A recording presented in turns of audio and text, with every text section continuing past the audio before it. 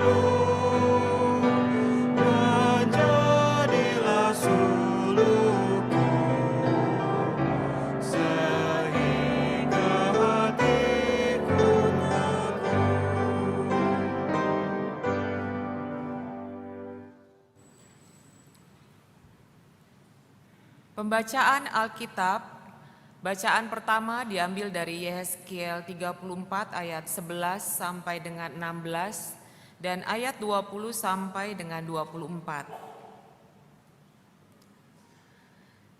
Sebab beginilah firman Tuhan Allah, dengan sesungguhnya aku sendiri akan memperhatikan domba-dombaku dan akan mencarinya. Seperti seorang gembala mencari dombanya pada waktu domba itu tercerai dari kawanan dombanya, begitulah aku akan mencari domba-dombaku dan aku akan menyelamatkan mereka dari segala tempat kemana mereka diserahkan pada hari berkabut dan hari kegelapan. Aku akan membawa mereka keluar dari tengah bangsa-bangsa dan mengumpulkan mereka dari negeri-negeri dan membawa mereka ke tanahnya. Aku akan menggembalakan mereka di atas gunung-gunung Israel, di alur-alur sungainya dan di semua tempat kediaman orang di tanah itu. Di padang rumput yang baik akan kugembalakan mereka, dan di atas gunung-gunung Israel yang tinggi, disitulah tempat penggembalaannya. Di sana di tempat penggembalaan yang baik mereka akan berbaring, dan rumput yang subur menjadi makanannya di atas gunung-gunung Israel. Aku sendiri akan menggembalakan domba-dombaku, dan aku akan membaringkan mereka berbaring, demikianlah firman Tuhan Allah. Yang hilang akan kucari, yang tersesat akan kubawa pulang, yang luka akan kubalut, yang sakit akan kukuatkan, serta yang gemuk dan yang kuat akan kulindungi. Aku akan mengembalakan mereka sebagaimana seharusnya. Oleh sebab itu, beginilah firman Tuhan Allah terhadap mereka. Dengan sesungguhnya aku sendiri akan menjadi hakim di antara domba yang gemuk dengan domba yang kurus. Oleh karena semua yang lemah kamu desak dengan lambungmu dan bahumu, serta kamu tanduk dengan tandukmu, sehingga kamu menghalau mereka keluar kandang. Maka aku akan menolong domba-dombaku supaya mereka jangan lagi menjadi mangsa, dan aku akan menjadi hakim di antara domba dengan domba. Aku akan mengangkat satu orang gembala atas mereka yang akan menggembalakannya, yaitu Daud, hambaku. Dia akan menggembalakan mereka dan menjadi gembalanya. Dan aku, Tuhan, akan menjadi Allah mereka, serta hambaku Daud menjadi raja di tengah-tengah mereka. Aku Tuhan yang mengatakannya. Demikianlah firman Tuhan. Syukur kepada Allah.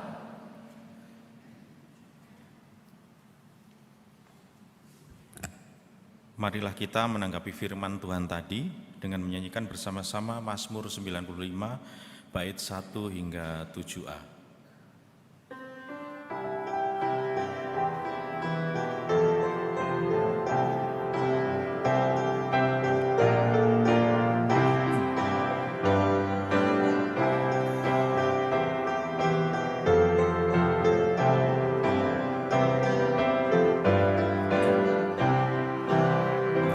Pada hari ini jika kau dengar suaranya, janganlah keraskan hatimu.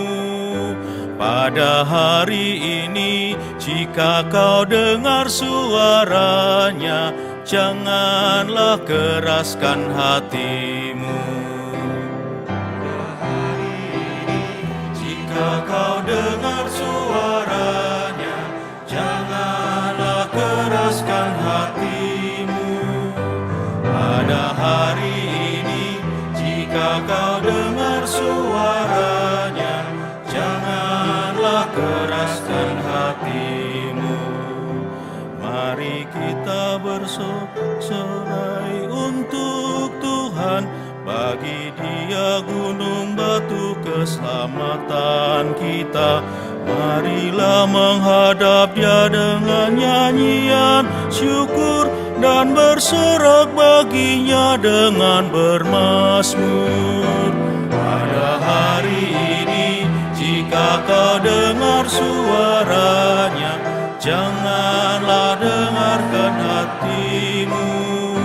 Pada hari ini jika kau dengar suaranya, janganlah keraskan hatimu.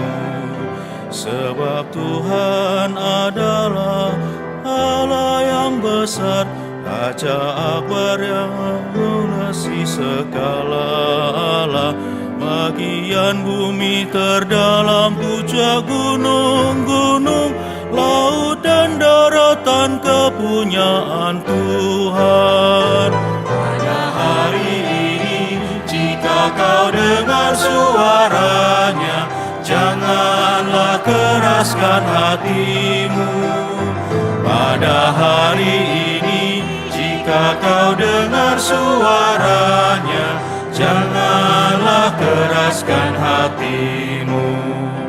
Hai, masuklah, marilah kita sujud menyembah di hadapan Tuhan yang menjadikan kita. Dialah Allah, kitalah umat gembalaannya dan kawanan domba tuntunan tangannya. Pada hari ini jika kau dengar suaranya, janganlah keraskan hatimu. Pada hari ini jika kau dengar suaranya, janganlah keraskan hatimu.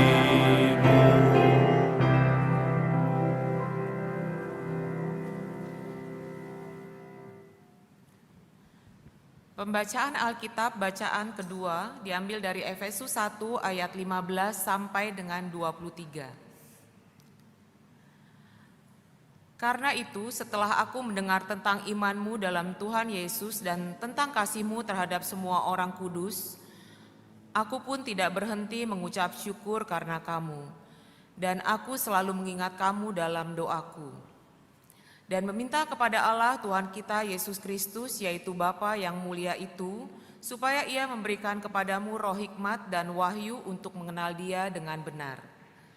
Dan supaya Ia menjadikan mata hatimu terang, agar kamu mengerti pengharapan apakah yang terkandung dalam panggilannya, betapa kayanya kemuliaan bagian yang ditentukannya bagi orang-orang kudus, dan betapa hebat kuasanya bagi kita yang percaya sesuai dengan kekuatan kuasanya, yang dikerjakannya di dalam Kristus dengan membangkitkan Dia dari antara orang mati dan mendudukan Dia di sebelah kanannya di sorga, jauh lebih tinggi dari segala pemerintah dan penguasa dan kekuasaan dan kerajaan dan tiap-tiap nama yang dapat disebut, bukan hanya di dunia ini saja, melainkan juga di dunia yang akan datang. Dan segala sesuatu telah diletakkannya di bawah kaki Kristus, dan Dia telah diberikannya kepada jemaat sebagai kepala dari segala yang ada. Jemaat yang adalah tubuhnya, yaitu kepenuhan Dia yang memenuhi semua dan segala sesuatu. Demikianlah firman Tuhan. Syukur kepada Allah. Pembacaan Injil terambil dari kitab Injil Matius 25 ayat 31 hingga 46. apabila Anak Manusia datang dalam kemuliaannya dan semua malaikat bersama-sama dengan Dia, maka Ia akan bersemayam di atas tahta kemuliaannya. Lalu semua bangsa akan dikumpulkan di hadapannya dan Ia akan memisahkan mereka seorang daripada seorang, sama seperti gembala memisahkan domba dari kambing. Dan Ia akan menempatkan domba-domba di sebelah kanannya dan kambing-kambing di sebelah kirinya. Dan Raja itu akan berkata kepada mereka yang di sebelah kanannya, "Mari, hai kamu yang diberkati oleh Bapa-Ku, terimalah kerajaan yang telah disediakan bagimu sejak dunia dijadikan. Sebab ketika aku lapar, kamu memberi aku makan. Ketika aku haus, kamu memberi aku minum. Ketika aku seorang asing, kamu memberi aku tumpangan. Ketika aku telanjang, kamu memberi aku pakaian. Ketika aku sakit, kamu merawat aku. Ketika aku di dalam penjara, kamu mengunjungi aku." Maka orang-orang benar itu akan menjawab Dia, katanya, "Tuhan, bila manakah kami melihat Engkau lapar dan kami memberi Engkau makan, atau haus dan kami memberi Engkau minum? Bila manakah kami melihat Engkau sebagai orang asing dan kami memberi Engkau tumpangan, atau telanjang dan kami memberi Engkau pakaian? Bila manakah kami melihat Engkau sakit atau dalam penjara dan kami mengunjungi Engkau?" Dan Raja itu akan menjawab mereka, "Aku berkata kepadamu, sesungguhnya segala sesuatu yang kamu lakukan untuk salah seorang dari saudaraku yang paling hina ini, kamu telah melakukannya untuk aku." Dan Ia akan berkata juga kepada mereka yang di sebelah kirinya, "Enyalah dari hadapanku, hai kamu orang-orang terkutuk. Enyalah ke dalam api yang kekal yang telah sedia untuk iblis dan malaikat-malaikatnya. Sebab ketika aku lapar, kamu tidak memberi aku makan. Ketika aku haus, kamu tidak memberi aku minum. Ketika aku seorang asing, kamu tidak memberi aku tumpangan. Ketika aku telanjang, kamu tidak memberi aku pakaian. Ketika aku sakit dan dalam penjara, kamu tidak merawat aku." Lalu mereka pun akan menjawab Dia, katanya, "Tuhan, bila manakah kami melihat Engkau lapar atau haus, atau sebagai orang asing, atau telanjang, atau sakit, atau dalam penjara, dan kami tidak melayani Engkau?" Maka Ia akan menjawab mereka, "Aku berkata kepadamu, sesungguhnya segala sesuatu yang tidak kamu lakukan untuk salah seorang dari yang paling hina ini, kamu tidak melakukannya juga untuk aku." Dan mereka ini akan masuk ke tempat siksaan yang kekal, tetapi orang benar ke dalam hidup yang kekal. Demikianlah Injil Yesus Kristus. Ya, berbahagia yang mereka yang mendengarkan firman Tuhan dan yang memeliharanya. Haleluya. Haleluya, haleluya, haleluya.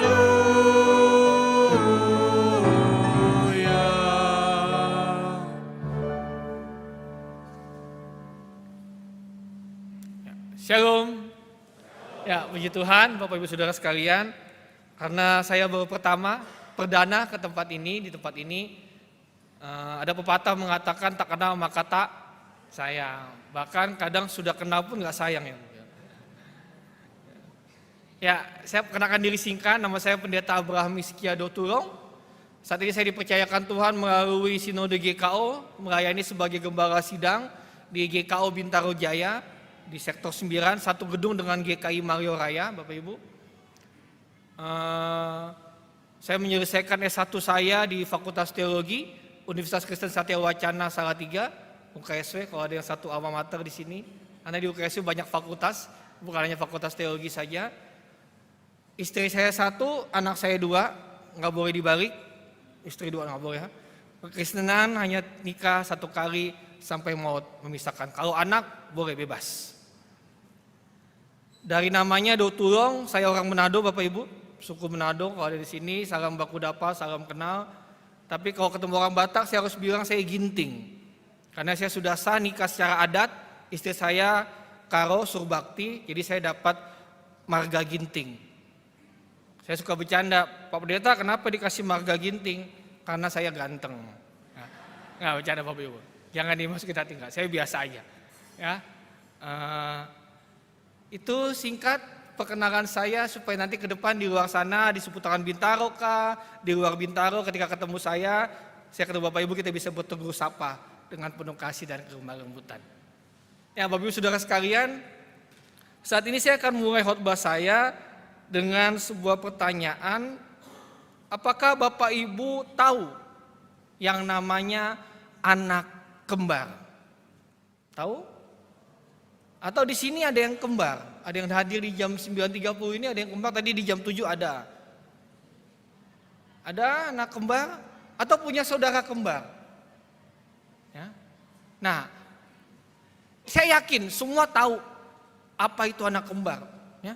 Anak kembar tuh mukanya, rambut, sifatnya tuh serupa. Ya. Itu yang kita tahu selama ini.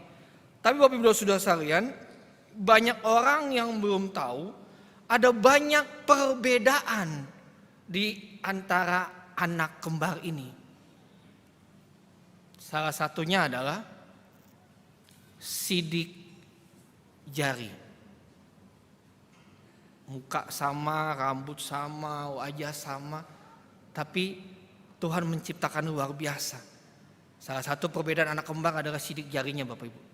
Kita kalau ada kendala tuh saya coba dicek, dites. Dia kembar sama tapi sidik jarinya berbeda. Ada lagi hal-hal yang berbeda juga Bapak Ibu, yang unik ya. Laki, perempuan, tapi anak kembar. Itu ada. Ya. Lalu kadang juga punya sifat yang berbeda. Ya. Yang satu ekstrovert, yang satu introvert. Yang satu dia gampang sekali bersosialisasi, yang satu dia tertutup. Sifatnya beda, padahal dia anak kembar. Nah, bicara saat ini tentang firman Tuhan pagi ini, kalau Bapak Ibu simak, kalau di Yesaya ada domba, terus di Efesus bagaimana tentang surat Rasul Paulus kepada jemaat di Efesus yang terus bertumbuh. Nah, tadi pembacaan kita fokus di kitab Injil, itu ada tulisan kambing dan domba. Ya. Mungkin Bapak Ibu ketika saya bilang gini langsung ngomong dalam hati, ini Pak Pendeta ngapain sih ini Pendeta GKO khotbah? Tadi ngomong di awal anak kembar. Apa hubungannya sama kambing dan domba? Ya. Ada hubungannya Bapak Ibu. Ya. Kenapa saya bilang ada hubungannya? Ternyata dua hal ini punya kesamaan antara anak kembar dan kambing dan domba. Apa kesamaannya? Mereka sama-sama lahir dari satu sumber. Tentunya anak kembar pasti satu mamanya ya. Nggak mungkin ada dua, itu bukan anak kembar. Satu sumbernya. Terus kalau kambing dan domba apa Pendeta? Kambing dan domba dari bahan yang saya baca Bapak Ibu Saudara sekalian, itu dia namanya Bovidae. Bovidae adalah keluarga biologis hewan berkuku belah dan hewan pemama biak. Itu sama, satu sumber. Sama-sama kukunya terbelah, sama-sama pemama biak. Nah, ini dikit fakta aja, kita mau bicara bersama-sama cara bedain gimana kambing dengan domba. Ini bedainnya bagaimana? Ya. Kambing itu bulunya tipis sedikit, bahkan bisa dikatakan nggak punya bulu. Ya, kambing. Kalau domba itu bulunya lebat sekali. Ya. Bahkan kadang kalau ditimbang tuh berat. Dan bisa dimanfaatkan bulunya itu, kan bulu domba itu. Lalu apa perbedaan lagi? Ekor kambing itu di bagian belakang, ya, nggak mungkin ekor di depan, ekor itu di belakang, itu naik ke atas. Kalau kambing, tapi kalau domba itu mengarah ke bawah. Itu bagian belakang. Bagian depan tanduk kambing itu menuju ke atas. Kambing. Kalau domba, ada domba yang nggak punya tanduk, tapi yang punya tanduk pasti itu mengarah atau melengkung ke belakang. Dia nggak mengarah ke depan, dia melengkung ke belakang, melingkar ke belakang. Soal makan, Bapak Ibu, kambing itu semua dimakan. Apa aja dimakan. Kalau orang Manado bilang itu galojo. Golojo. Nah, golojo sekali. Bahasa Manado orang yang rakus semua dimakan tuh golojo biasa ya gitu. Ini penambahan kosakata ya Bapak Ibu ya. Yang bukan orang Manado golojo tuh. Jadi kalau Bapak Ibu ada ibadah apa, terus ada jemaat yang makannya nambah-nambah terus bilang, golojo. Itu kambing. Tapi kalau domba, dia pemilih. Bahkan makan rumput pun dia harus rumput yang lebih halus. Dia nggak masuk ke rumput-rumput yang kasar, dia nggak bisa makan. Dia pemilih domba. Nah, kita bicara ke sifatnya Bapak Ibu. Kambing tuh sifatnya mandiri, dia mau bebas.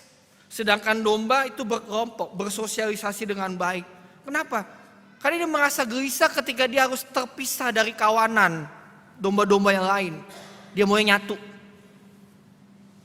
Nah, kita lihat dalam bacaan kita tadi, kedatangan Yesus yang kedua kan dikatakan di sana. Penghakiman terakhir. Itu kita bandingkan, dikit lagi Natal ini ya. Yesus datang yang pertama kali bukan di istana yang megah. Yesus datang pertama kali di kandang domba. Hina, dia melakukan penyangkalan diri. Dia Tuhan, dia Raja, tapi dia mau datang di kandang yang hina. Tapi ingat, ayat 31 katakan, apabila anak manusia datang dalam kemuliaannya, ketika nanti Yesus datang yang kedua kalinya, kapan itu? Nggak ada yang tahu. Dia akan datang sebagai hakim, dan ada kata di sana, kemuliaan. Kata kemuliaannya bahkan di ayat 31 ditulis 2 kali. Setiap kata dalam Alkitab ketika itu ditulis 2 kali atau lebih, itu menunjukkan ini hal yang penting. Ini penting Bapak Ibu. Jadi kita nggak perlu ragu, nggak perlu takut ketika Yesus datang kedua kali, dia akan datang dengan kemuliaan yang hebat, kemuliaan yang dahsyat. Untuk apa? Untuk menjadi hakim. Saat ini kita diingatkan Bapak Ibu Saudara sekalian, kita nanti Yesus berdiri jadi hakim akan memisahkan mana kambing, mana domba. Bahkan di ayat itu dikatakan ayat 31 dia dengan semua malaikat. Kalau Bapak Ibu lihat di ayat yang lainnya itu sama di ayat 41 itu dikontraskan oleh penulis ini. Ayat 31 Yesus dengan malaikatnya. Ayat 41 bagian terakhir, iblis dengan malaikatnya. Yesus dengan malaikatnya, dengan domba-dombanya, dikontraskan dengan iblis dan malaikatnya juga, yang adalah kambing-kambing ini. Dipisahkan Bapak Ibu. Pasti itu akan terjadi. Ayat-ayat ini memberitahu kita, lanjut ayat 32, itu dikumpulkan semua segala bangsa, nggak ada satupun yang terlewatkan, semua dikumpulkan dari berbagai bangsa. Dan Yesus berdiri di depan. Nah ini apa? Ini sama seperti gembala memisahkan kambing dengan domba. Karena mereka nggak bisa secara bersamaan. Misalnya petang hari ini, gembala tuh datang petang hari. Kambing dipisahkan ke kiri, domba dipisahkan ke kanan. Di ayat 34 itu. Kenapa sih pakai kiri kanan? Konteks tulisan kita Bapak Ibu, sebelah kanan itu adalah tempat yang terhormat. Makanya sampai detik ini masih terus diajarkan kepada anak-anak kita bahwa ketika salaman pakai tangan kanan. Ini tempat yang terhormat. Makanya domba ditaruh di sebelah kanan. Nah, apa yang menjadi dasar pemisahan ini? Yang menjadi dasar adalah berkaitan dengan perbedaan karakter. Domba bisa ditaruh di tempat terbuka. Mereka saling menghangatkan satu dengan yang lainnya. Dengan cara apa? Saling berdempetan. Maka disebut kawanan domba. Dengan kulit yang bulu yang tebal, saling berdempetan.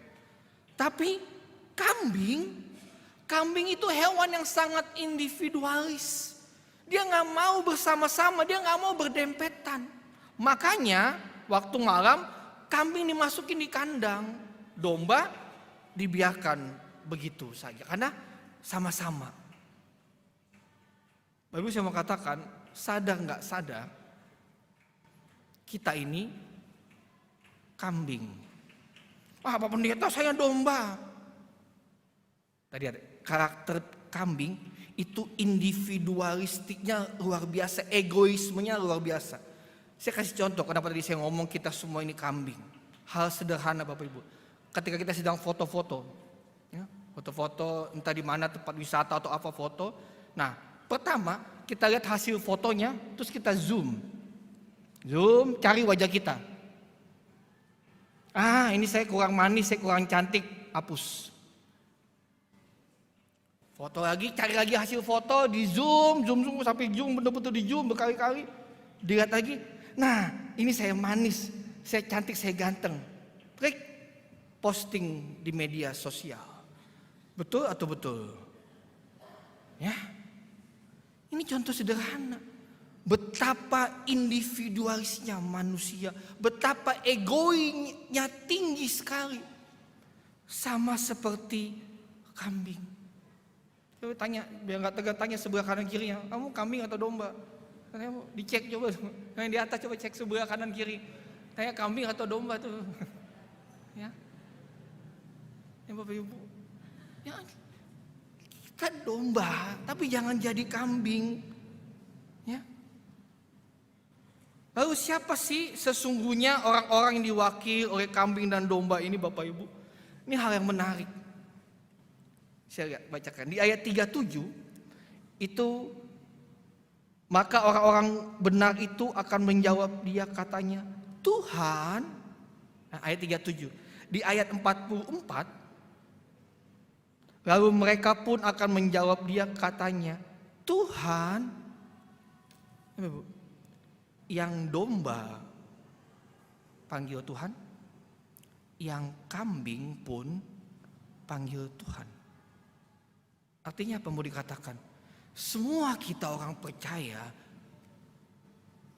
ada kambing di situ dan ada domba di situ. Tapi tema kita saat ini, Kristus inginkan kita menjadi domba dari Kristus Sang Raja. Ya Bapak Ibu, ini dalam tahun liturgi, ini terakhir. Kita harus rayakan yang heboh, yang luar biasa. Minggu depan udah masuk di tahun baru. Menurut tahun liturgi. Masa tanggal 31 Desember kita meriah, tahun Masehi kita heboh luar biasa, ya kan? Ini tahun kalender gerejawi, kita tutup hari ini.